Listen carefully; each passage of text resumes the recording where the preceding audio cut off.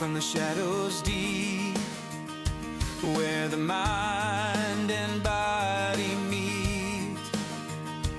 Every heartbeat pounds like thunder, a call to awaken, no time to wonder. Push the limit, feel the fire, one step closer, climbing higher. Warriors unleashed, breaking chains, chasing dreams, the power's in you. Let it scream, get inspired, stand tall, fight the beast, champions for life, warriors unleashed.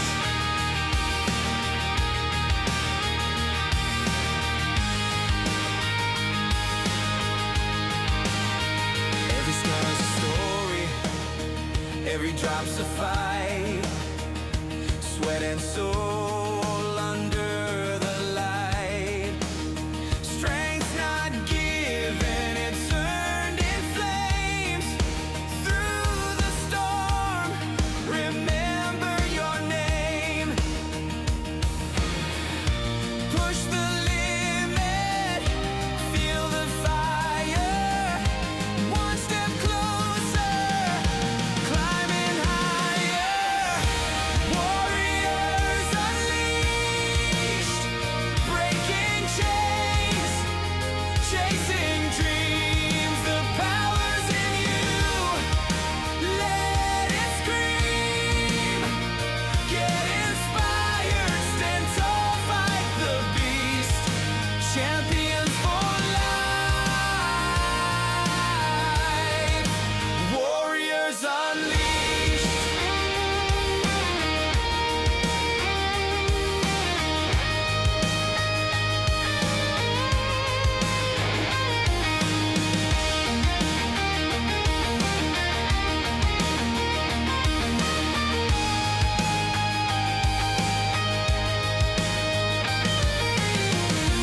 Push the limit, feel the fire, one step closer, climbing higher. Warriors unleashed, breaking chains, chasing dreams, the power's in you. Let it scream, get inspired, stand tall, fight the beast, champions for life, warriors unleashed. Warriors unleashed. Warriors unleashed. Warriors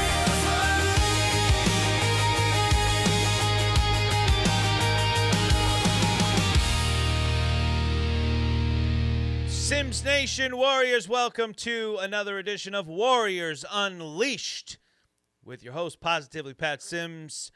We are live on WANT and live streaming right here on YouTube. And if you're joining us on YouTube, welcome. And don't forget to take advantage of that live chat, because if you want to express your thoughts, you want to ask your questions, the live chat is where it's at. That's where you want to do that.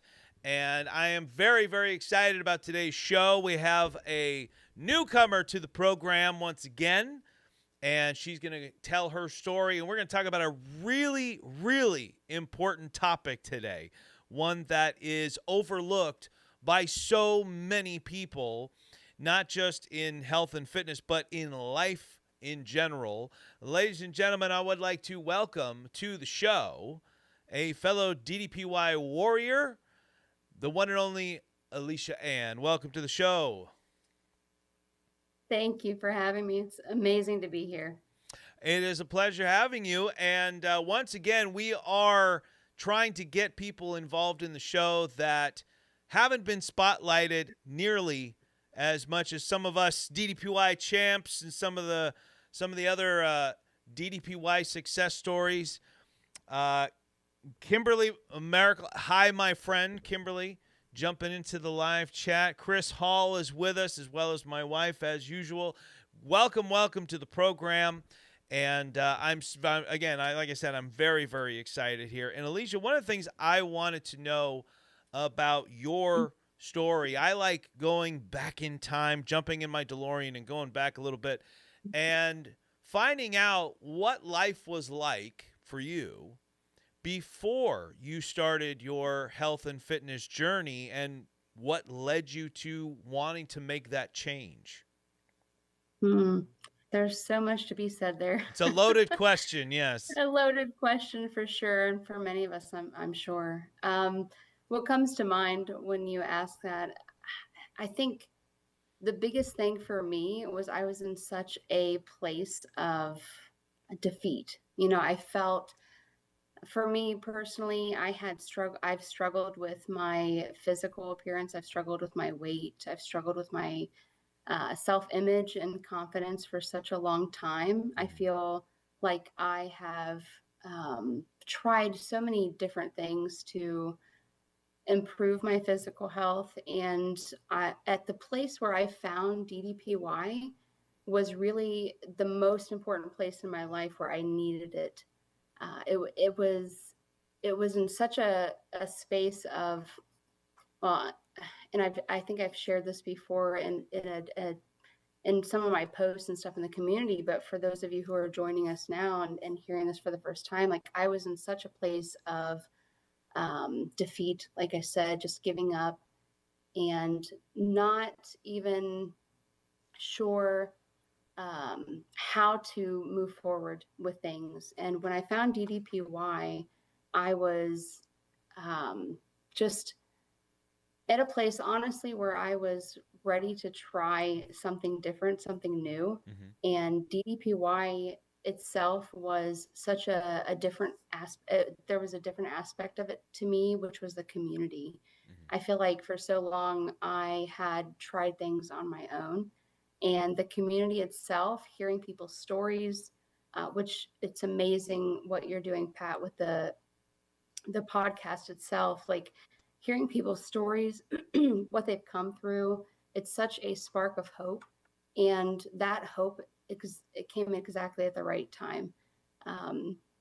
It came at a time where I felt like nothing else would work. And hearing people's stories that they had overcome some things that I felt like I was struggling with myself was enough to jumpstart that hope. I know we talk about how important hope is, but it jump-started that hope for me that, you know what, I'm going to give this one more try. And doing DDPY, getting immersed in the community is really what made a huge difference for me. That's really, really good. Now, one of the things about DDPY that made it to where it was something I was able to do and have success with, and I'm sure you've had the same thing. It's the program meets you where you're at. You don't have to jump into it. I've done a lot of training back in the day. I did a lot of different programs to try to get myself back into shape and that kind of thing. And I I gave up really quickly because I was just like falling flat on my face within the first workout. P90X was just wiping the floor with me, and I'm like, this isn't for me. Oh, yeah, for sure. When I started back, actually, I started DDPY in mid 2023 and did my first 13-week program and started in the bed. I did the bed. And actually, looking back, for me, I needed to start in the bed because I needed to give myself confidence that I didn't need to be in the bed. I needed to be in the chair. Right. So the first week and a half, I quickly moved through those and found where I actually needed to be. And the chair force workouts, I mean, exactly what you're talking about, though. It meets you where you're at. It allowed me even to start before where I was really needed to be, which was in the bed, and learn where my body actually could be, which was in the chair. Right. And I know a lot of people start in bed flex, which is amazing. It's amazing that this program allows us to start with, lying in the bed and just learning to move our bodies in a way that's going to be helpful for us. It's going to build stamina. It's going to build balance and flexibility. And so moving through those and then getting this awareness of where my body was actually at, it was promising. It was hopeful, it was uplifting for me. Stephanie Parker says, so proud of my sis. Yeah, that's my sister.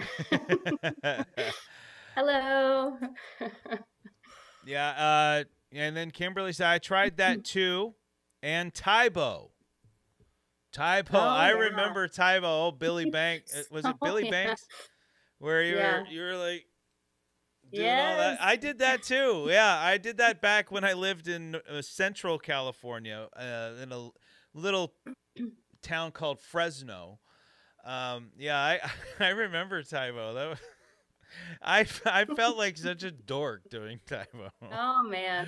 Yeah, I've done some Taibo in my day. But I mean, like, it got you up and moving and stuff. Like, if you kind of forgot what you look like doing it, it could be kind of fun. Like, For sure. wasn't Yeah. bad. One of the things I really like about chair force and why I always try to encourage people not to like skip past that if you've never done this before, and you're trying to get yourself back in shape, and start at chair force. And one of the reasons why is I believe the chair force is a great way to introduce yourself, if you don't know how to do it properly, to isometrics and dynamic resistance. Mm-hmm. Because there's really nothing that you really have to focus on nearly as much. If you're going to grab the ball, hold the ball. That's all you got to focus on. There's nothing else, and you can really learn to engage your lower body even so while sitting down. So all Mm-hmm. really good things to learn before jumping into the beginner program that puts you on your feet and get you moving. Like, I probably should have started with chair, but I had a bit of an ego about it. Like, no, like, I was an athlete. I played football and baseball. I can do this, and I relied on yoga blocks a lot. Yeah, for sure. Now, when you got started, like, what were some things about getting going with DDPY? Like you said, you started in 2023. Mm-hmm. What are some of the things about the program that you feel like you took advantage of that other people out there could do the same with? I think for me, again, kind of the program meeting you where you're at and Mm-hmm. being able to start wherever my body was able to go. And again, like I shared, not even knowing where my body could go, and starting just kind of from bed flex, it allowed me, the way the workouts are set up, it allows you to move through them, especially if you have the heart rate monitor, which I did, thank goodness. But the heart rate monitor tells me a lot about what my body is doing, how much my heart is working to actually get me to go through the movements, and that gave me a lot of information as far as what my body was able to do. The program itself and the way that the workouts are designed allowed me to move through some of the basic movements, which are pretty much the same through bed flex, chair force, standing, and so on. Through those movements, it allowed me to see and kind of gauge how much work my body was, or how much work my heart was Mm-hmm. putting into some of the workouts and what I was capable of doing. The workouts themselves and the way that they're designed, it's super impactful as far as encouraging you to continue going, continue engaging in each movement. Um, and the instructors, DDP, of course, but all of the amazing instructors that we have in the workouts encourages those movements, encourages us to engage. And I think that for me is extremely different from some of the other programs that I've tried. It was encouraging, yes. It was hopeful, yes, but it was almost like an instructional kind of way to get through some of the movements in the workouts. So that for me, the way that the workouts are designed, the way that the instructors encourage those of us who are doing the workouts to continue engaging, that was really impactful. But also just seeing the progress that I was making each time I was doing a workout, the way that I felt doing those movements, although some of them absolutely are challenging, and that's the point, right? Right. They're supposed to challenge us, they're supposed to encourage us to keep going, but being able to do those and then see the progress along the way as I was working through it, just in chair force alone, like chair force is set up to be, you have a beginner one, a one, a two, and a three. If I'm remembering correctly, there Yep. might be more than that, but they start you at the level one, and so they get a little bit more challenging each time. Right. And each time I moved through those, I noticed improvement, and that improvement and the way that I was able to do those moves, it's those small wins like we talk about, the small wins that I felt, and I noticed the changes in my body, and it kept me engaged and disciplined. Not just motivated, which motivation is awesome, but we talk about how important discipline is over motivation. It kept me motivated, but it kept me, more importantly, engaged and wanting to continue working through those things because I was seeing and I was feeling changes, and not just physically, mentally. I was working on my mindset. I was working, on the emotional side of things, which is so, so important to be engaged in that way. Absolutely. Yeah. One of the cool things I remember when I first got started, where I kind of felt at ease right away, was, and I think Dallas even mentions it in one of the workouts, where I'm looking at the people around him and I'm thinking, these are normal people. These aren't people that look like they just got done with the dehydration phase of their, competition, that they're about to go to. They're not fitness models. They look like normal people, and then they're actually showing us modifications, and so that we can feel comfortable doing them. That's one of the things, especially like for me. I wasn't a gifted athlete. Let's just put it that way. I had to work really, really hard to earn everything I had, but I was very competitive. And so if you could do something better than me, my goal was to try to be better than you. So when I would do P90X or something like that, and I'm seeing these guys go full bore and I can't do it, it was very defeating to me. Yeah, absolutely. And so watching these guys do it, and they're using yoga blocks, they're dropping to a knee, they're doing they're pushing up on their quads on catcher squats, they're doing all these things, and it made me feel like, okay, I don't have to overdo it and stuff. So yeah, it was really fantastic for me to see that when I first started. And you mentioned another thing, and it is those, we call them, like, there's NSVs that we talk about a lot, non-scale victories and little minor successes. And with both of my clients today, my fast track clients, I mentioned to them the importance of celebrating the small victories. Absolutely. And one of the reasons is there's times when we have this big goal in sight, all right?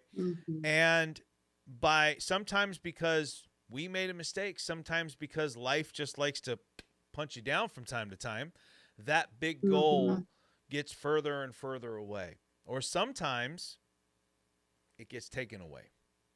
All right? I'm never going to look like the Ultimate Warrior because this is fake right here. All right? But that's okay, because I can still work towards being the best that I can be. So there's no reason to feel defeated about that. But someone that I know recently had a problem like that, and they got very defeated and were ready to just stop everything. And I try to convey to them, like, this is why it's not just about the destination. right? We hear that sometimes from Dallas and stuff. It's not just about the end destination, it's about the journey getting there, right? Mhm. And I think that's wonderfully important. Have your goals, but I always like to set small goals along the way that help me stay focused, help me stay disciplined, like you said, and get there. And one part I want to add to that real quick before we move forward is I like to throw this in when we talk about discipline, right? Because there's a lot of people that I've talked to that confuse the word discipline with the word control. All right. Yeah. So so I like to throw out there that you've got to have both. Okay? The first thing you have to do is you have to take control, and then you use discipline to maintain control. Right? If you have discipline without control, what are you doing? Right? Like and by Yeah. control, what I mean is you're taking control over your actions, your thoughts, your mindset. So when you make the decision to start doing a workout program, that's taking control. And then you use discipline to do it every day or every other day, depending on your workout schedule. I'm not here Yeah. to judge. Because what is our main theme for today? Rest. Rest. Absolutely. It is, I mentioned this at the beginning of the show, it is one of the most overlooked aspects of health, fitness, mindset, and just living your life. I had a message just today. My buddy, my good friend, Mr. TJ Latham, the great magician and former fast track client that I had, and he was like, how important is sleep? Because he's struggling with some of his sleep right now. And, I hope he's not upset that I'm mentioning him on the show. Magician, Mr. Latham, who's ready to be hired right now. So get on out there. But it does kind of actually seem like a loaded question. Right? So like if someone were to come up to you and go, Elisha, how important is sleep? What would your initial response be? Oh my goodness. So it depends on who's asking me, honestly, because this is definitely where I'm at right now. It's the great And answer of health and fitness. It it depends. is. Yeah, it depends. It depends. So, I think, I mean, I'm not sure how many of you know, I'm a mental health therapist. So if it's a client asking me, I'm going to say it's imperative. It is absolutely foundational. Our sleep, the quality of our sleep impacts every bit of our functioning. Yep. Mentally, physically, emotionally, spiritually, everything. It's imperative. It is one of the foundational pieces. That's what I would say about rest too. But and I'm sure as we'll talk about, like rest, there's so many different pieces that can become barriers to actually implementing rest in our routine, especially in wellness, because we have this idea of what that looks like, what we need to be doing, how we need to be showing up. And you mentioned control, and you use the word control, which absolutely fits. What I hear for me is responsibility, personal responsibility to show up in my life and Yep. give myself what I need day to day, whatever that looks like, whether it's, okay, I need to push myself a little bit harder here. I need to get out of my comfort zone, like we talk about. I need to try something different, try something new. And yet also maybe I'm pushing myself a lot. And so it's time for a little bit of rest, right? Right. Absolutely. Yeah. Like I will never be, and I'm not. Again, this is not a don't do this, don't do. I'm not passing judgment, but I will never be on the list of I worked out X amount of days in a row. I will never be on that because Yeah. I number one, I know how hard I work when I do. I train very intensely every time. If it's a workout day, it's a workout day. And I do DDPY every day. 6 days, and I weight train 6 days, and it's all high intensity stuff. So rest is super important. So I make sure I have at least one full day where I'm just what my version of R&R, right? Not rest and relaxation. I call R&R rest and recovery. I love that. Yeah. Yeah. Cuz that's what rest is. Rest is not supposed to be a lazy thing. It's supposed to allow the body to recover and recuperate, and in the case of weight training, grow, get stronger. My buddy, my mentor, Dr. Tom, that everybody in DDPY knows as the BFR guy, the power cuff guy from the videos. So I love Dr. Tom, and he made it a point to say something one time, and I remember just being like, "Amen, brother, preach." When he said, "You're not building big muscles in the gym. You're building big muscles when you sleep." Because when you're lifting, the reason your muscles feel bigger is because of all the fluids that are rushing into it. The blood, the lactic acid, that's what makes the muscle appear bigger while you're lifting. But what you're really doing is you're tearing the fibers in the muscle.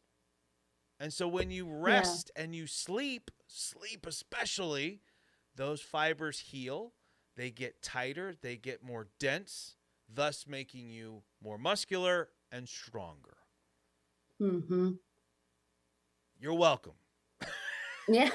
Yeah. And that's the physical part of it. Like when we reach into the mental aspect of that, I mean, one of the 3 pillars is mindset. So what is the role of rest and mindset? I think when we are pushing hard and we're getting out of our comfort zone and we're training, we're lifting, we're doing the next level workout, whatever that looks like for us in our journey, we're training in a way. We are, like I said, getting outside of our comfort zone, but mentally we're doing some things too. We're encouraging ourselves. We're getting outside of these maladaptive beliefs that we have that we're not able or capable of doing this.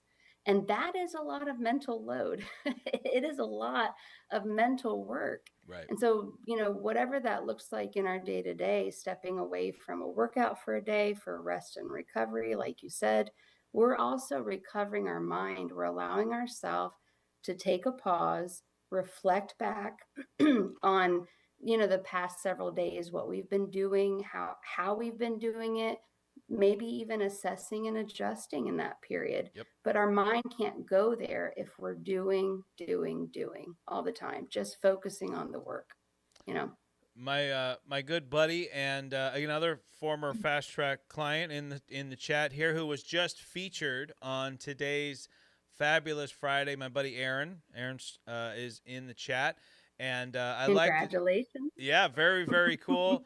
I was honored just to have my name thrown in there too. That was and he says here, on the 7th day he rested.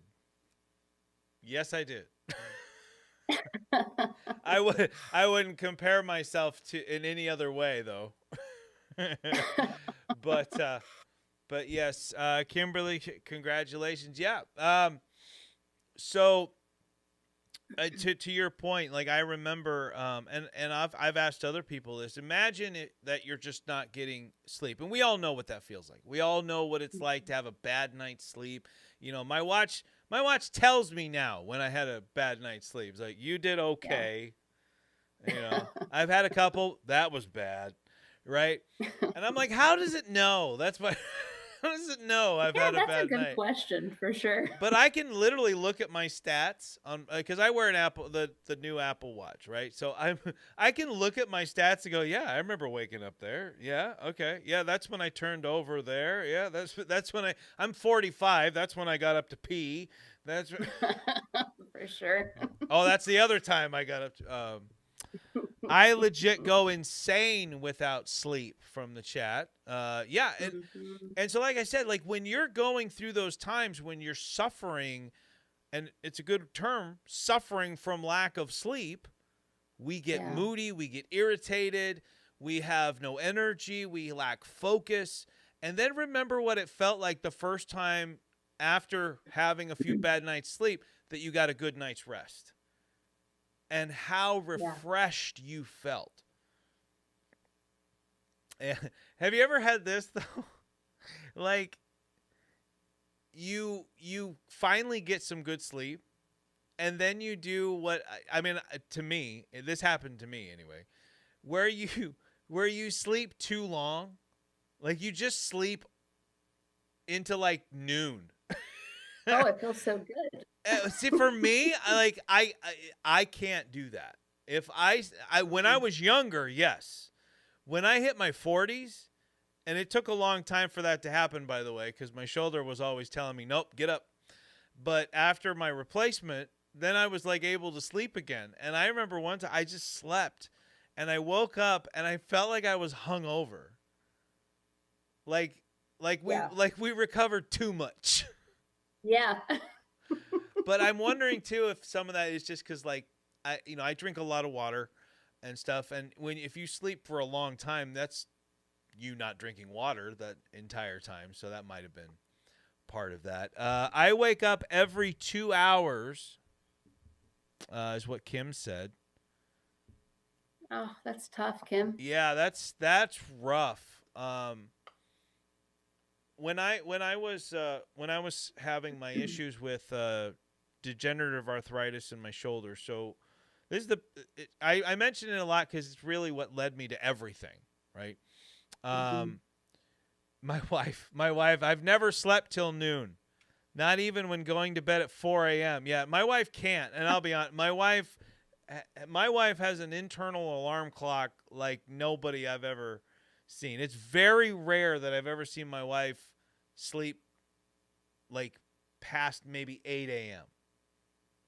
It's usually like between 5 and 7, even on a weekend. I'm up at 5. I'm up at 5 every day. And then I'm up at 6 on Saturdays, and my sleep-in days is like 7 o'clock or so on Sundays.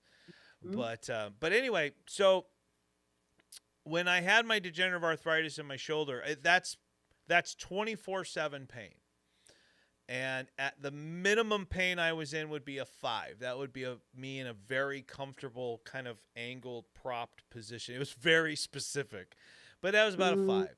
And then average, I'm like 7, 8, and then doing anything movement was 9, 10. And so sleep was few and far between. I would average 2 to 4 hours a night. And so I had to nap whenever I could because I was just, I was miserable. But then afterwards, the first night when I'm loaded up on painkillers and everything, that was the first time I'd gotten any kind of real sleep. And I think I slept from the time I got home. I kept trying to stay awake to watch movies with my family, but I had the ice machine on, which felt really good. I had what's that shot that numbs you? I can't think of what it's called, but I had that shot right after surgery that basically you feel what's that?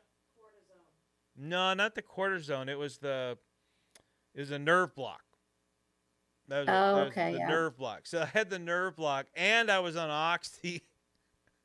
So That'll do it right there. I was loopy, and I was like, oh yeah, let's watch this. And I slept for a long time, and it was, oh my gosh, it was incredible. Like, as I hadn't experienced that for years.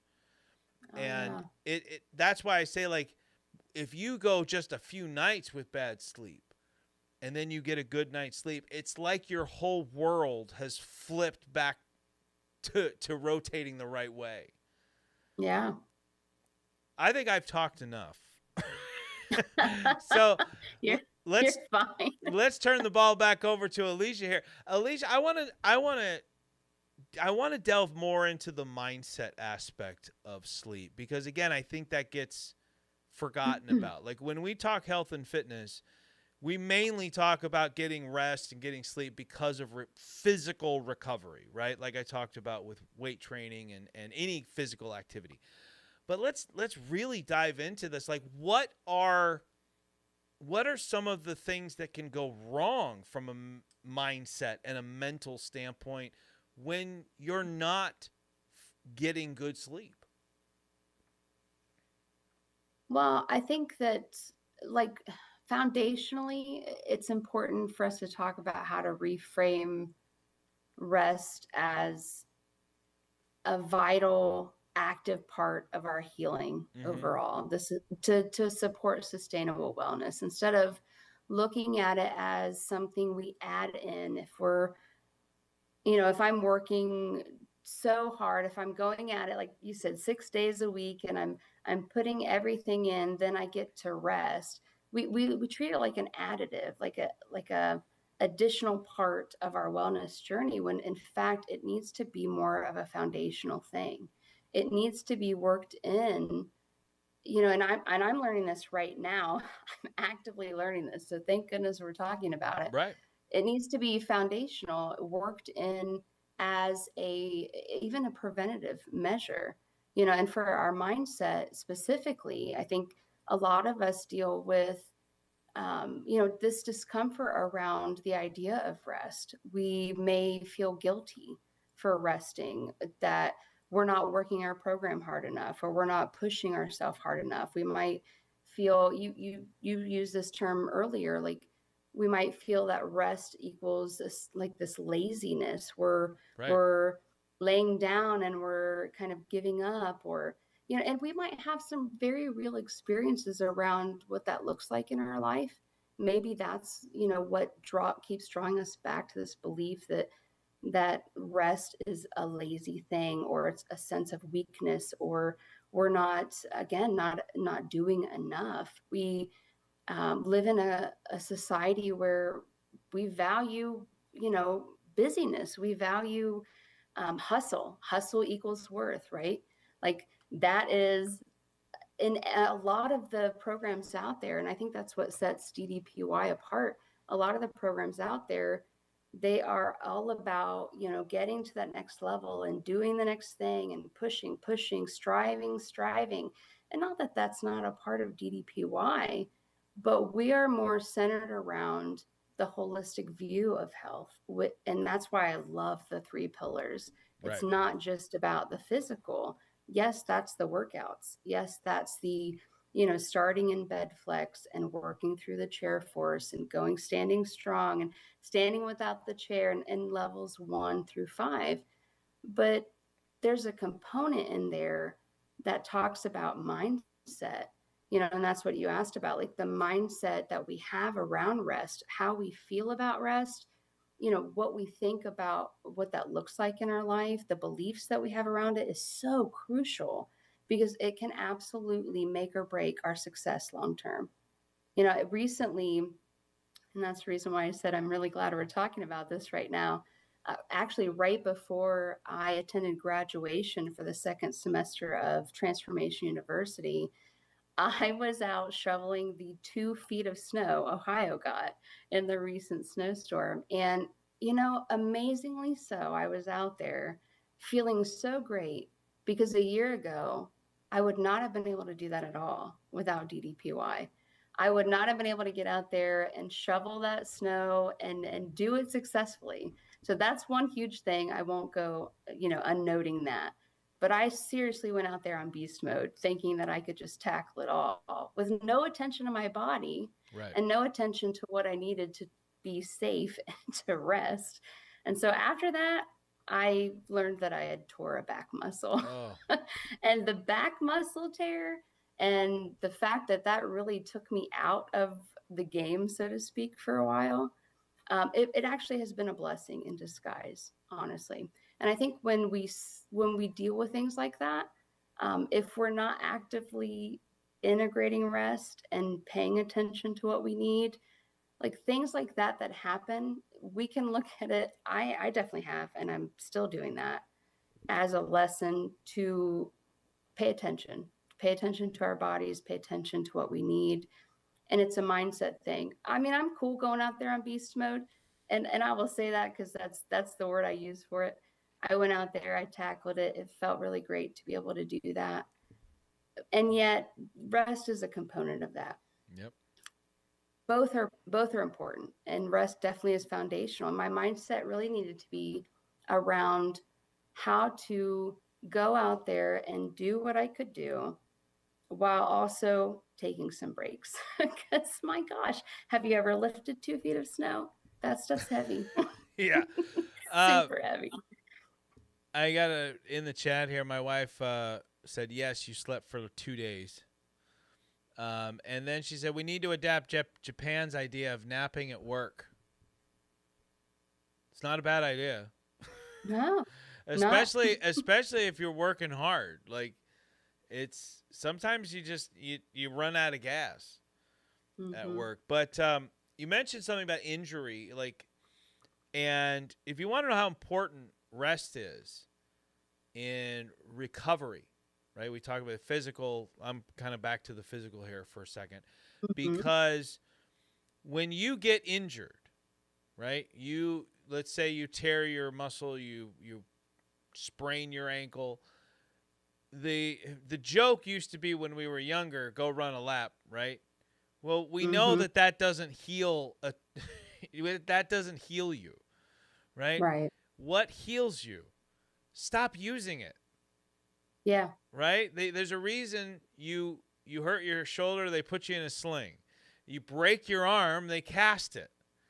Right? You break your ankle, they put you in a boot. A timeout. Right. You need a break. Right? Yes. Now let me say this too. Like, it doesn't mean you can't be active around it when if you're just that kind of person where you're antsy, you live that active lifestyle, you can rest the foot, you can rest your arm and still work around it if you really need to. I did that, right? I was down for a few days, and then I got up and I said, I don't care. And I was high on my oxy, and I went for a walk, and I realized the sun and oxy don't mix in August. No. So I walked about a block, came back home, and I went, that sucked. And then once I weaned myself off of it, I was able to start walking more. I was doing my own custom stand-up workouts, DDPY workouts. But that's just because it's part of who I am now. But I still made sure to take time to rest and recover. Yeah.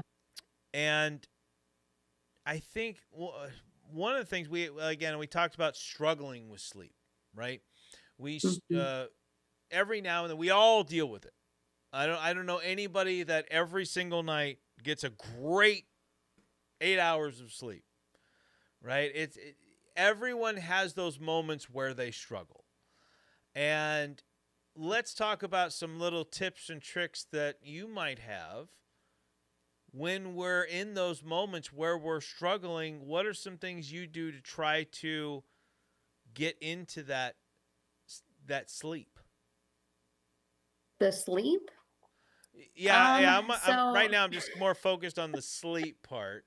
Oh yeah, sleep is the best rest. Yes. Am I right? Yeah. It's absolutely. Well, because we're resting everything about us. We're resting not just the physical, but our mental and emotional as well.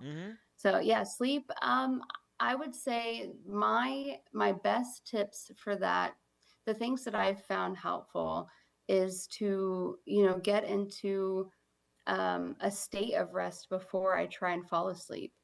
And that looks like trying to sleep hygiene. That's a buzz couple of words right now. That's What really is just that? talking about I sleep haven't, hygiene. I haven't heard of Oh, sleep okay. hygiene. That sounds weird. So we know what hygiene is, right? Yeah. For like physical hygiene, like brushing our teeth and Yeah, my taking a kids have shower it. and My all the kids have it things. 50% of the time.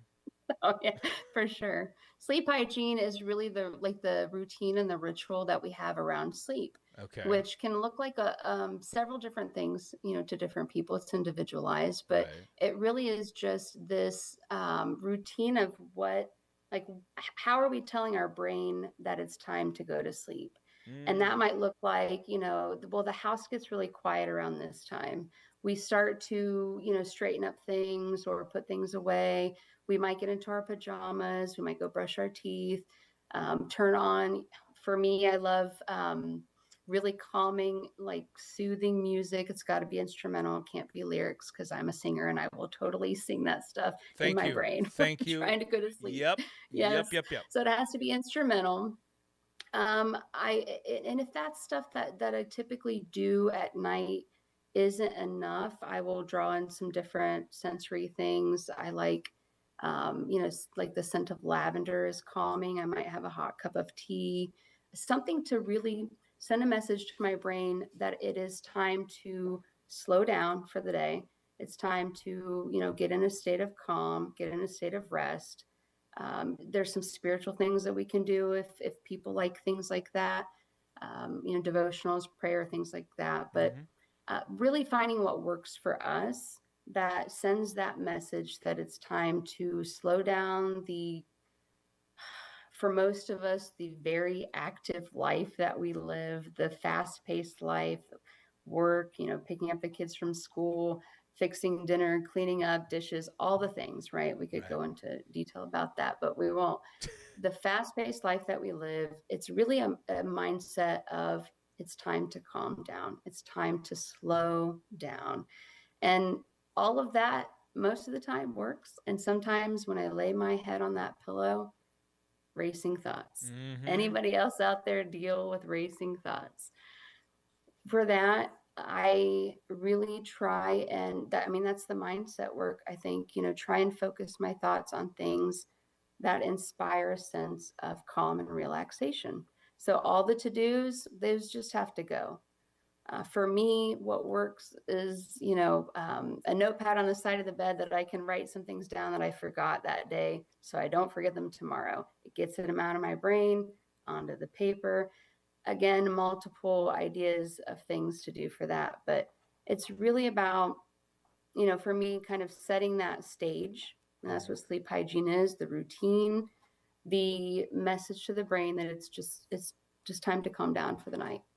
And then if that doesn't work, and sometimes it doesn't, sometimes we go through all those motions and we lay our head on that pillow and,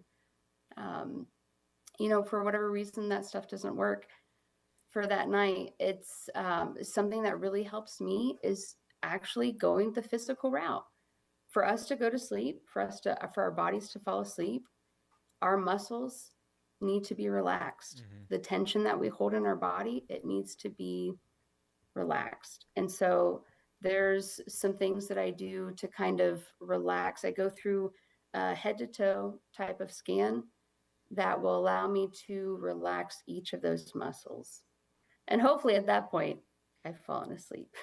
Again, It's we can almost, do all the things and it doesn't work all the time, but most of the time it will. it kind of almost sounds like a self-hypnosis in a sense, because it's kind of very In a similar, way. like when you see one of those stage hypnotists, they're Mm-hmm. always telling you to just relax this, now relax this, relax that. Mm-hmm. And yeah, there's a reason it works on people.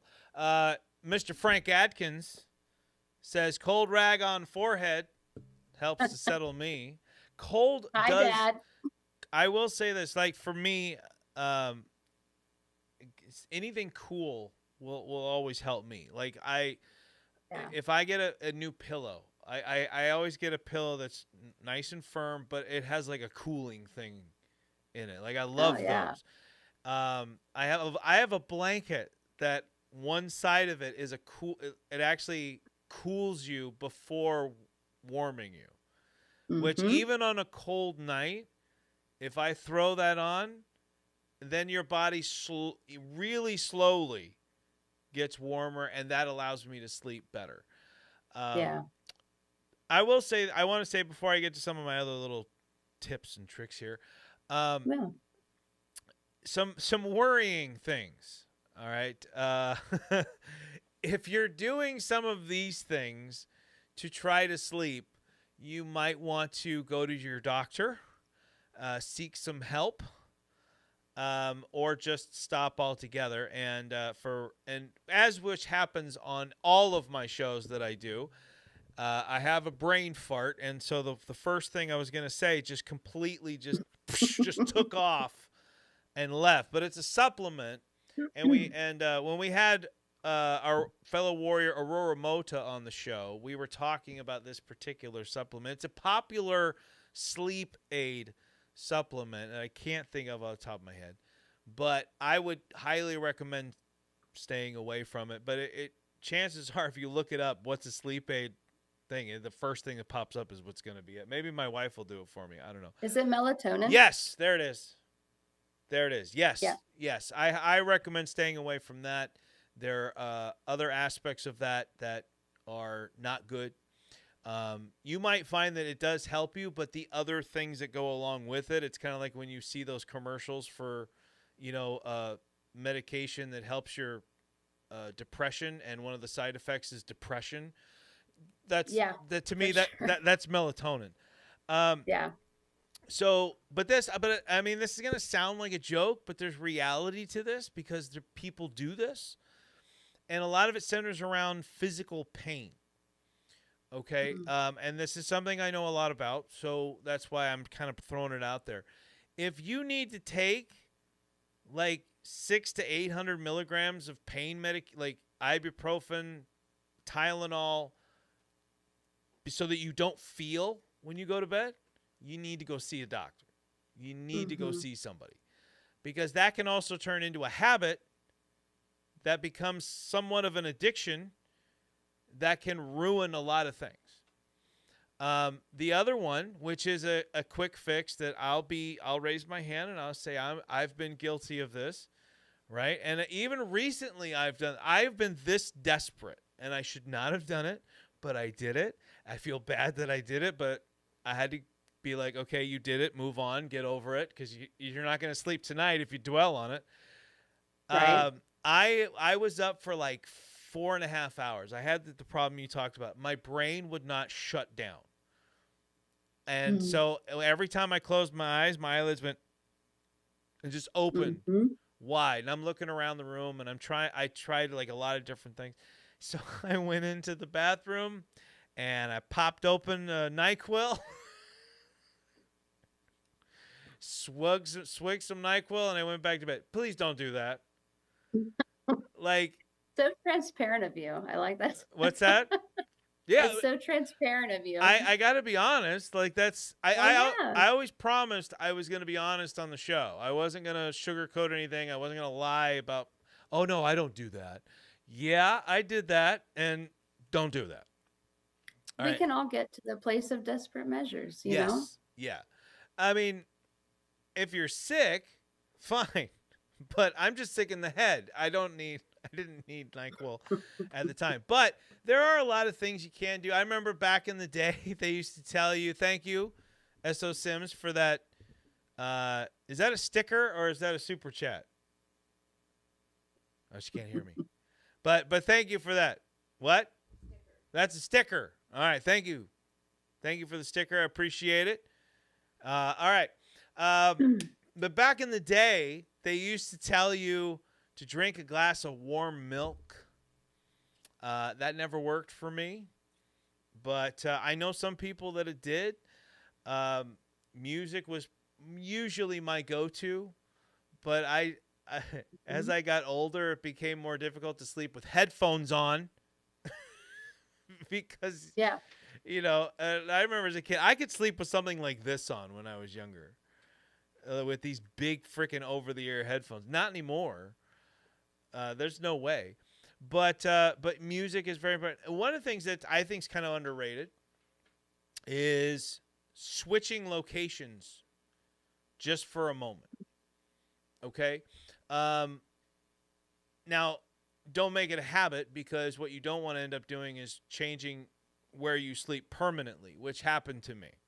Because I couldn't get comfortable in the bed, but I found that angle that I could lay in on the couch, and I essentially slept on the couch for what, 8, 10 years? Yeah.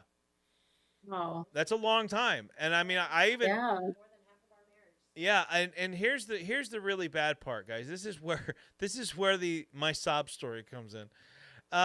So I did a sleep apnea study one time because I was waking up unable to breathe. And if you're having that problem, you got to get that checked out, okay? Because you can suffocate in your sleep. And I was very, very scared that was going to happen to me. This is when I'm much, much bigger, obviously, before starting my journey and stuff. And do multiple, all right? Because I did one and it said, "Oh, you snore a lot." But it was like a take-home one. Like, go get a professional and go do it the right way. And then, like I said, my shoulder wasn't allowing me to do that. And every time I went to the doctor back in the day, I was misdiagnosed. I was given everything from frozen shoulder to a sprained shoulder to it's in your head. And it wasn't until I finally got a really good doctor who was like, "All right, well, we're going to do this test. We're going to do this test. We're going to do this test." And he came back and goes, "You don't have any cartilage in your shoulder. You're bone on bone." And not only that, but the little golf tee that everybody has, you got 2 of them because the bones have grinded a new one in there. That's where all the pain is coming from. And now I know. And then I lost all the weight, and it alleviated some of the pressure. But those of you that know, arthritis doesn't heal. You're always bone on bone, right? Yeah. And so I was relieved for a while, and then all of a sudden it hit like a ton of bricks. Went into the doctor. Here's where the importance of sleep comes in here. Went through a barrage of tests with the surgeon, who is fantastic, by the way, because I can do everything. Love my surgeon. Amazing. I just can't think of his name off the top of my head. Did incredible work. We sat in the doctor's office for a good 45 minutes.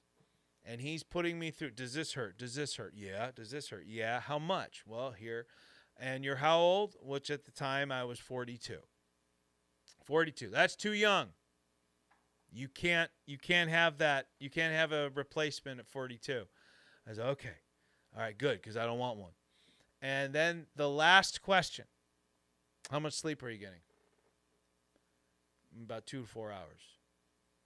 "All right, here's a brochure. Let's get this done." "What changed?" "Well, this is a quality of life issue. If you're not getting sleep, you have no quality of life." That's exactly what he told me. And that's why I thought this whole conversation was so important for our listeners and on WANT, for our viewers here on YouTube. My wife is chiming in as she does when I tend to talk. Oh, you took it. You retracted it. Yeah, but I saw it. I didn't mean to leave it at that. I hit the I know. No, I'm kidding around. I'm just joking. hit the like the thing because I thought it would enter the next line and it didn't. It posted. Okay. So that was why I wasn't. Well, but it's stuck in my head. It said, and it said her story ?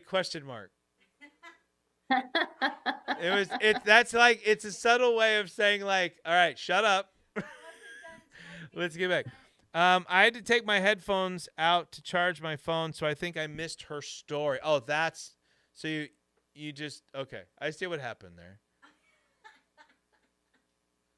This is it's fun radio and streaming when the person off camera is doing the talking.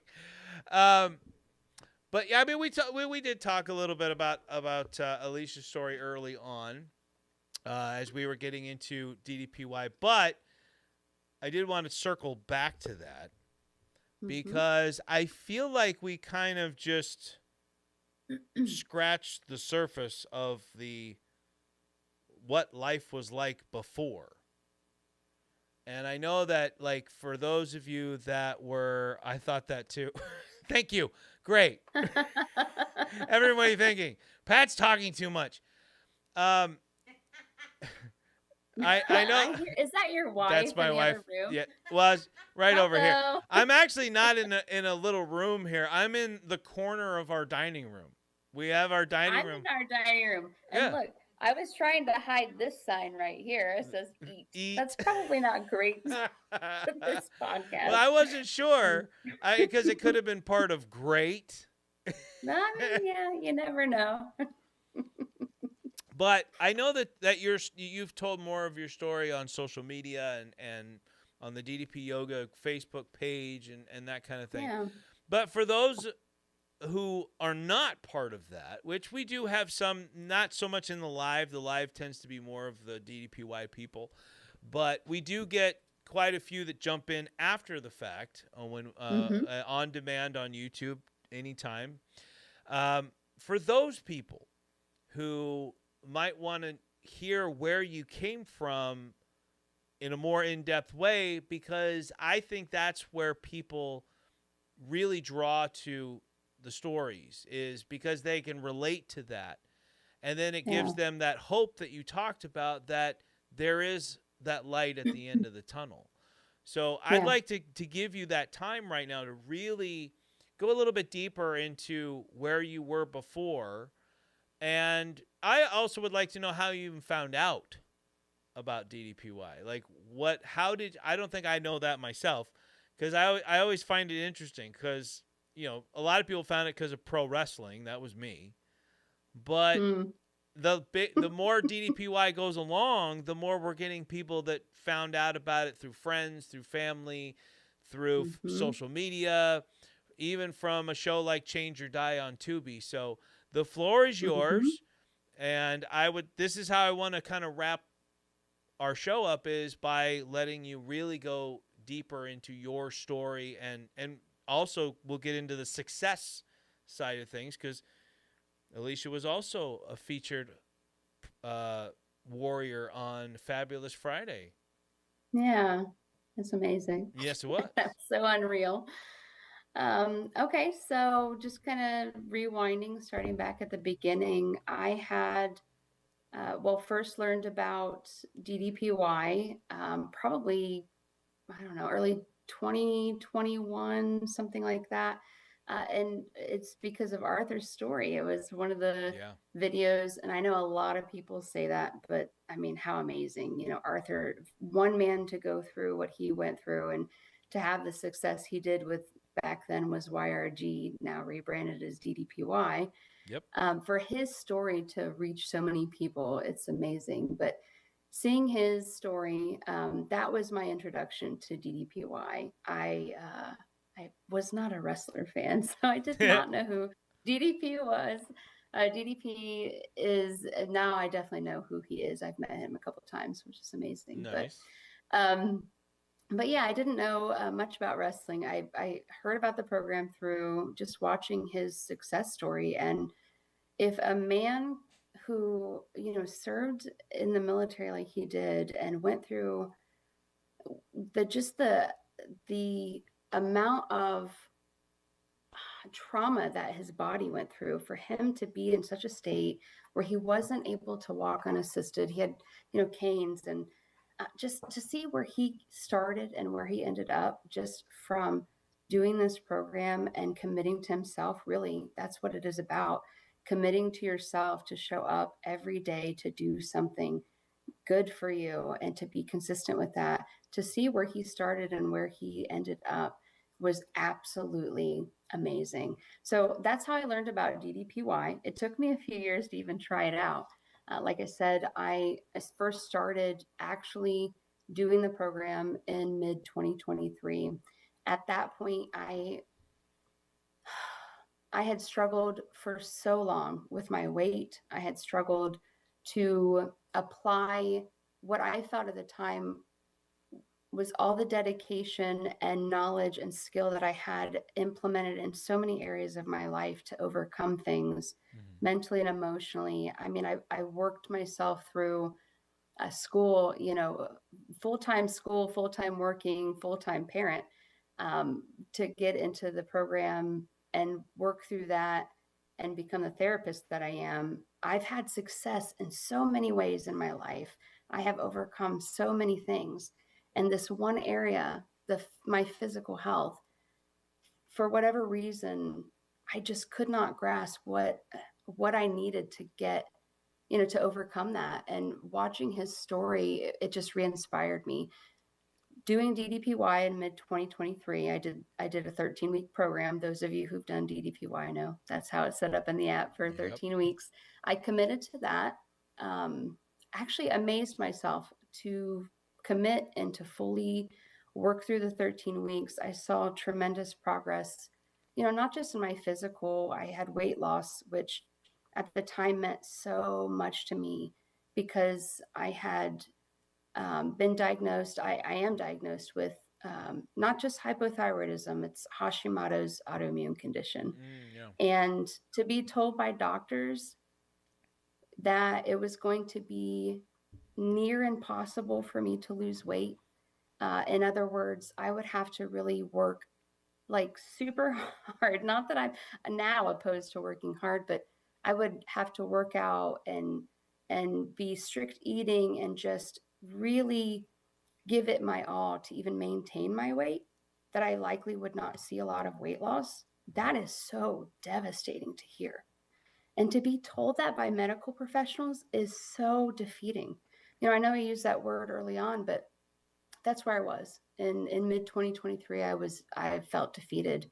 At that point, I had done a year's worth of research on weight loss surgery. I was thinking about taking that route. And if anybody's still on here, my family knows me personally, knows that that's what I do. I research. I make sure that I'm going to know all the facts before I do something. But Right. I had researched for a year. And at that point, I knew what I felt to be everything that could offer me. And something in me said, this is not for you. Weight loss surgery for you, it is for many people. And it's a brave thing to do, for sure. But for me, my gut just said, give this one more try. And when I did that 13-week program in mid 2023, the success that I had physically, seeing my body change, having that initial weight loss, I lost 30 pounds in 13 weeks, which for me that's huge. Yeah. It was a huge success.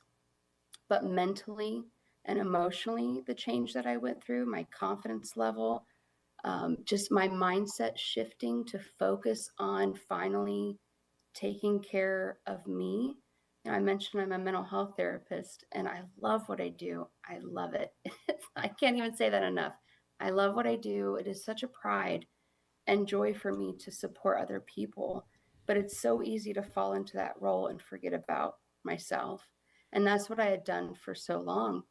That 13-week program, and the reason why I'm harping on it is because I stopped after that. I'll get to that. But that 13-week program alone was that initial learning that I needed to show myself that I could do this, that I have the tools with DDPY, with the community, with the 3 pillars, that I have the tools to change my life. Now, after that, I got COVID, I hurt my back, and all the life stuff happened, and I just let myself fall off for a while. Yeah. But TU came around, Transformation University. And I've shared this in our community, so some of you may have heard this before, but January 1st of last year, learning about TU and signing up for that, I've always been successful in school. The whole lecture, assignment, graduation requirements thing, like that was just my cup of tea. And that was enough, I guess enough like stability in that, but also like I have to meet the requirements. That's what I could tell my brain. For me, that was the structure that I needed to get back on track. And January 1st of last year, I joined Transformation University the first semester. And from that point through now, I mean, I'm involved in the third semester now, but just talking about 2025, that this last year has completely transformed my life. Involving myself in not just the DDPY workouts, adopting the 3 pillars, involving myself in the community, getting to go to the graduations and meet people that I had been interacting with in the community, like everything about that just continued to light this fire in me. And 2025 was my year, has been my year, and it's not the only year I'm going to have. I'm not saying that. I'm not done for sure, but 2025 was huge. And the success I had in that, my mindset alone shifted tremendously to now, you know, doctors are great and they have a lot of knowledge, but they don't know everything. Nope. Genetics are one thing, and yes, I might be predisposed to things, and I might have this autoimmune condition, but that is not a death sentence. These are not things that have to hold us back. And that mindset shift alone has been super empowering. I have seen myself change in so many ways, not just on the outside, but internally. This belief that I have in myself now because of how I'm showing up for myself is huge.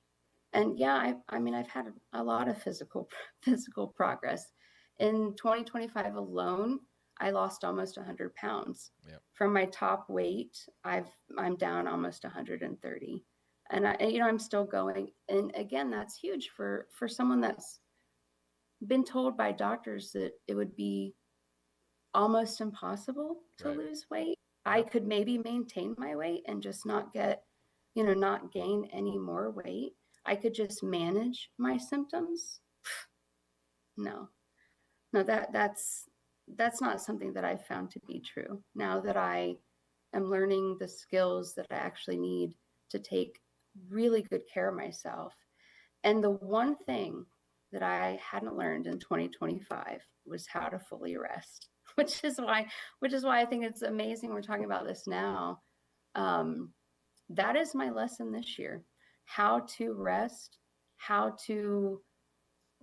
without fear that I'm going to go backward, Right. how to rest without this worry that I'm going to lose the progress that I've made, how to make rest foundational in my wellness and actually build it into my program.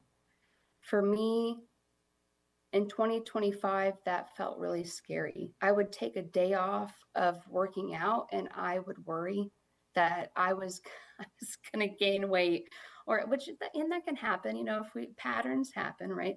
But a day of not working out, like, I had to really challenge some of those beliefs that I carried that told me, well, that kept the lies alive, rest, like you've talked about, Pat, and the things that I know, even as a mental health therapist, that I so easily tell my clients and just still am working on absorbing myself for my personal life is, rest is super critical, not just for our bodies, but for our mind and our emotions.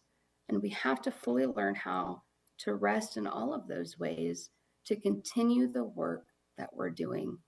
And as defeated as I felt, starting out, tearing my back muscle a few weeks ago and being down, and seriously, like, down and out. I mean, for those of you who have gone through an injury, you likely relate with this just mindset of, oh my gosh, I'm failing, or am I ever going to get back on track? Like, I felt that way. It's a lot to go through, and to be able to really focus on that, work through and reflect on, what that means for me now. Like, I would not have been able to go through what I'm going through now with the back injury the same way that I would have if I would have experienced that early in 2025. And I'm grateful for my journey and the way that it has played out. And I'm grateful for my body to be like, okay, you've been through this, and now you can go through this back injury with a little bit more grace and actually learn from this rather than it be a huge setback for you. Yeah. But it is a setback, and I think it's okay. That's not a dirty word. Like, we all have setbacks. The program teaches us that. But those setbacks, like, they really can be an opportunity for learning. And I think that rest in itself, sometimes we look at it as an aftermath. Like I mentioned earlier, for me, I looked at rest as some consequence of me not doing, what I needed to be doing. Although my mind tells me rest is important, my body, my beliefs, my emotions were like, no, that's scary. That's risky. You're going to fall off track. And right now, that's the lesson I'm learning is that rest is, it's really a gift that we give ourselves. It's a gift to say, hey, you know, I'm human. I am a human being, not a human doing. I can't be doing all the time. I can't be doing everything I think I need to be doing. And for me, that means a perfectionist mindset. I know in the community we talk about progress over perfection. Yep. Perfectionist mindset, I have battled with that so much. Rest definitely is, it's a risk to that perfectionist mindset. But for me right now, that has been a really big gift, to learn how to rest and work that in and incorporate it as a foundational tool. It is really a tool.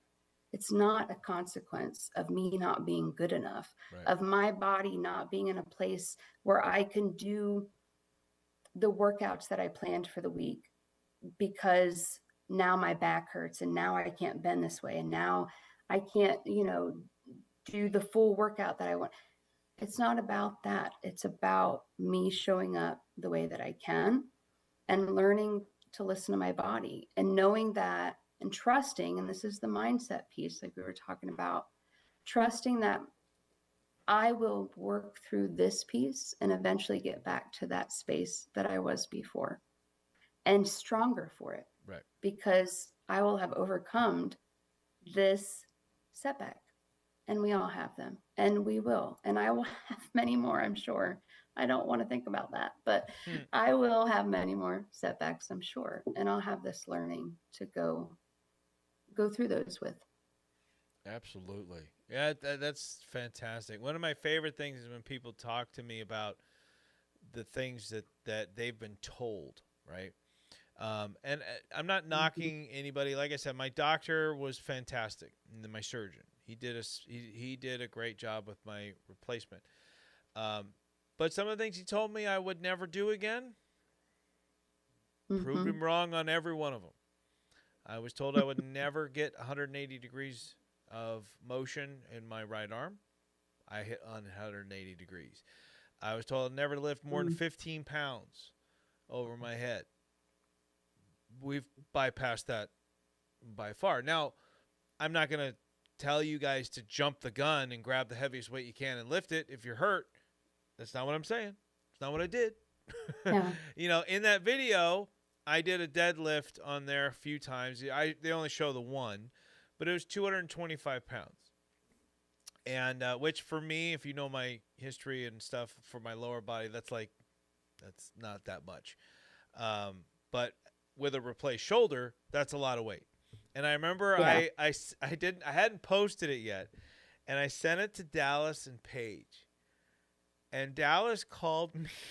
Dallas called me like 30 seconds later, and he was like, "Does your doctor know what you're doing?" And I'm like, "Yeah, actually, he does." Like, well, what does he think? I'm like, well, he's seen my progress and he trusts my judgment and he knows that I'm not going to do something stupid. I go, if I'd have started lifting that and I felt anything, I would have stopped immediately. Yeah. And he was, oh, okay. I like that story. That always cracks me up. Yeah. It's because it's always weird when your phone rings and you look down and it says Dallas Page on your phone. Like, that's really weird. But we have some chatter going on here. We've got your sister was emphasizing the fact that, yes, you do all the research, which I love, Yes, by the I way. do. I still have, no joke, it's right down here. All right, when I started lifting again, my wife and I went to Barnes & Noble. And I walked right up to that. I said, I'm looking for the Arnold Schwarzenegger Encyclopedia for Modern Bodybuilding. Love it. And it's right here. I have it right Yeah. here. I read that thing cover to cover. Haven't read it since I was a kid, but I read it cover to cover. I love that book. And then there's there are some things that are a little slightly outdated about it, but I love doing research. I also love assessing what's working, what's not working, reassessing what's working, what's not working, right? Getting back into here, Kimberly, of course, very proud of you. Your sister says that she was inspired by you to join. Hmm. I'm guessing that DDPY, TU, both, hopefully. Yeah, to you. Kimberly also says, no, they don't. I have lost 80 pounds with autoimmune disorders despite what I was told. Isn't that always the best when someone tells you? Last week, we talked about with Arian Tyner, we talked about don't let anyone tell you you can't do something, especially yourself, right? Yeah, So that's right. now I want to make this very clear again, because I always have to put like an asterisk on there. Your disclaimers, go Right. for it. It's we're not telling you to make that your reasoning behind going for it, right? You're not losing weight despite your doctor. You're not trying to gain strength and mobility because your doctor told you you're not going to be able to. You're still doing it for you, Yeah, right? We have to remember that. It's not about for sure. anybody else. Your why can involve other people. My why was my family. I want to be a better husband. I want to be a better father. And I can't do that if I'm unhealthy and in and out of the hospital like I was, or on my way to an early grave. I have to be here happy, healthy for the long haul. But if someone comes to me and says, it'll never last, you're going to put all your weight back on, I can't then take my journey only thinking about that one person who told me I'm not going to do it. I have to remember this is about me. My journey is about me. Your journey is about you. Alicia's journey is about Elisha. And the cool part about that is then you get to spread the wealth, and everyone around you gets to benefit from you taking care of you. Yeah, and what I would say about that too is, for me, as devastating as it was to hear that from my providers, already aligned with what I believed about myself. And because of that, that's what made that deeply rooted for me, because I bought into that belief that I was incapable, that I believed so strongly in my inability. Yep. That is what shifts when we show up in the small ways consistently. We start to see, I've started to see that I am capable, and when we push that and we get out of our comfort zone and we see what we're capable of, that's what starts to test those beliefs. And then that person, whether they're a provider or a person in our life, in our family or friend, spouse, whatever, ourself is a huge part of that. We start to challenge that belief, and challenging that belief, which is really our disbelief in our abilities, right? When we challenge that, that's what starts to dissipate in this belief in ourselves that we're able, that we can, that we're unstoppable, as DDP says. That starts to take root and grows every time we meet those challenges. Yeah, I see that. That's awesome. Yeah. Well, that's why positively unstoppable. So little plug here, guys. So next month in March, the first Positively Pat Sims music album is going to be released across Apple Music, Spotify, all that fun stuff. One of the songs on that album is Positively Unstoppable. I wanted to make sure that got in there. It's a lot of songs that are based on my experience with DDPY, not like storytelling wise, but like in terms of inspiration and that positive mindset. It's called Catching Stars. That's going to be the name of the album. There's a title track there. Also songs like I Feel Alive, Fear Can't Hold Me Down, and there's another one that again, sometimes your brain doesn't work properly, but there's 12 songs on there. There's quite a bit, and we're going to be wrapping up recording here shortly, and then it's just getting them all produced, and we should have those out to you guys by the middle of March, end at the latest. But I'm excited. I'm very, Cool. very excited for that. And that's all part of what makes doing DDPY. And, we're not sponsored by DDPY, but we can say this too. Any other program that you're doing that's getting you the results that you want, one of the great things, and why I love DDPY, though, is it makes me hungry for more, right? And I'm 45 years old doing things that I should have been doing 20 years ago to make it. I should have Yeah. been doing this kind of thing 20 years ago. I should have been recording my own music and creating my own stuff 20 years ago. I just finished my first book that we're going to look into publishing within the next couple of months. So I'm a very busy man. and That's so cool, though. and why I love the idea of the rest episode is because when I tell people what I do and everything, when do you take a break? They always want to know, when do you rest? And people might be surprised. I take a lot of time to rest. At least I believe I do, right? I'm usually done with all of my workouts by 7 p.m. I train usually anywhere from an hour and a half to 2 hours total in 2 split up workouts. And from 7 to 10 o'clock, I don't do a whole lot. Sitting on the computer and writing songs that's not work to me. Like that, it's active for your brain, but my body is just nice and calm and easy. And like I said, I sleep pretty good nowadays. Part of that, I don't eat.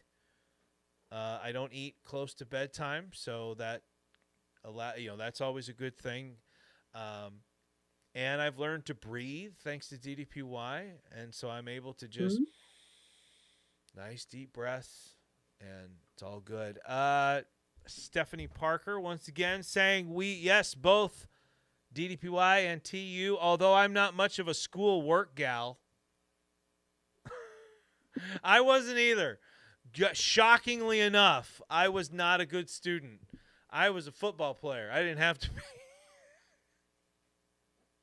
I was a fullback. I didn't have to be good. We're all human beings, not human doings. That was great. Yep. All right, guys. We are at 7:30 p.m. on Pacific Standard Time, which means it's past Alicia's bedtime. Oh man, you know it. 10:30. So we're gonna wrap this up, but really quickly, guys, before we do, I want to remind you guys that if you head on over to positivelypatsims.printful.me, which my buddy Christopher Hall did just this week. Thank you so much for your order of 2 T-shirts. But we have some cool stuff. I'm wearing one of them, by the way, and it's this Confidence is a Lifestyle. This button shirt says Warriors Unleashed. On the back, it says what we're all about: health, fitness, and mindset. So we've got that. We've also got some other new stuff. We've got these high-top canvas shoes. I do not have these yet. I have the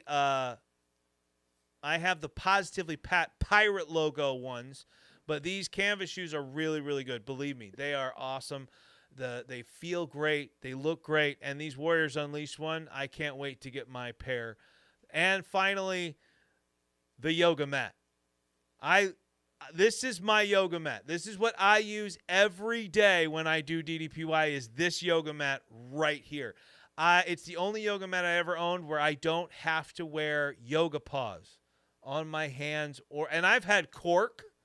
I've used the DDP yoga ones, which are great, right? But I sweat.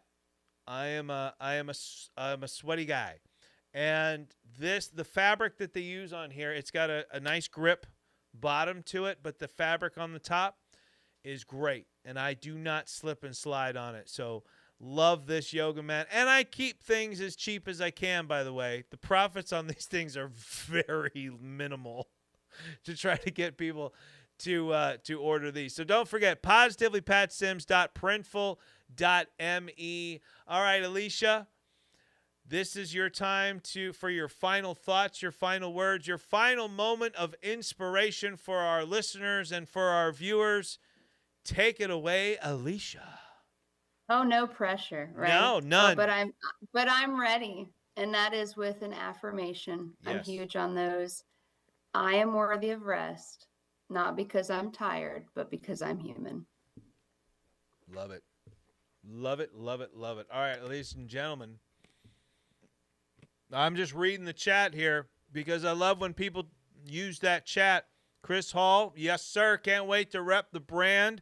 And I can't wait to have you on the Positively Pat Sims show tomorrow morning. That's right. I'm going to be here again tomorrow morning, 7 a.m. to 9 a.m. for the Positively Pat Sims show, the original, the show that started it all, where tomorrow we are going to be talking about something Alicia's definitely going to tune into. I promise you. The most shocking moments in professional wrestling history. Oh, yeah. Yeah, she's all about it. All right, guys. So that's where I'm going to be tomorrow. Chris Hall's going to join us. Maybe my buddy Ashton will jump in. And another DDPY Warrior. Alicia, I'm sure you've met the one and only George Fenmore. Oh, yeah. So tomorrow's going to be a lot of fun. So, and then Frank Adkins says, thank you, an awesome podcast. Alicia, you did great, 100%. Kimberly also says thank you. Thank all of you. I want to personally thank each and every one of you guys who jumped on, whether you're listening on WANT or watching us here on YouTube. I can't tell you how much I appreciate this. My version of success is not based in monetary value. It is based on the hearts and minds of the people that we touch doing these shows. If you got anything positive out of this show tonight, then it was a success. If you enjoy any of our programming, from the Positively Pat Sims show to our all-new show Game Night on Tuesdays, if you have fun with any of that stuff, then I'm happy. I'm a happy guy.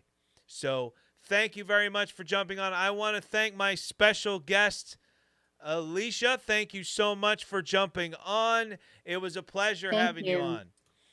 Thank you so much for having me. It was awesome. Absolutely. All right, guys, we're going to close it out the way we always do. As the music plays, I'm going to tell you to get inspired to be an inspiration. So long, everybody. Have a great rest of your night, and I'll see you tomorrow on the Positively Pat Sims show. So long.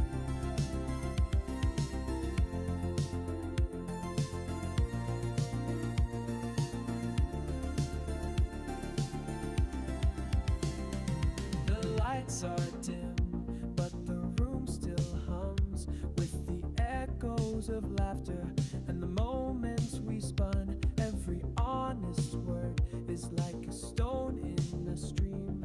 It rippled, it lingered, it shaped our dream. And if you ever wonder where I'll be, look to the screen, I'll be there, you'll see. Goodbye to the faces that stayed in the glow. Goodbye to the voices I always know. This isn't an end, just a bend in the road. Goodbye for now, my friends, my show.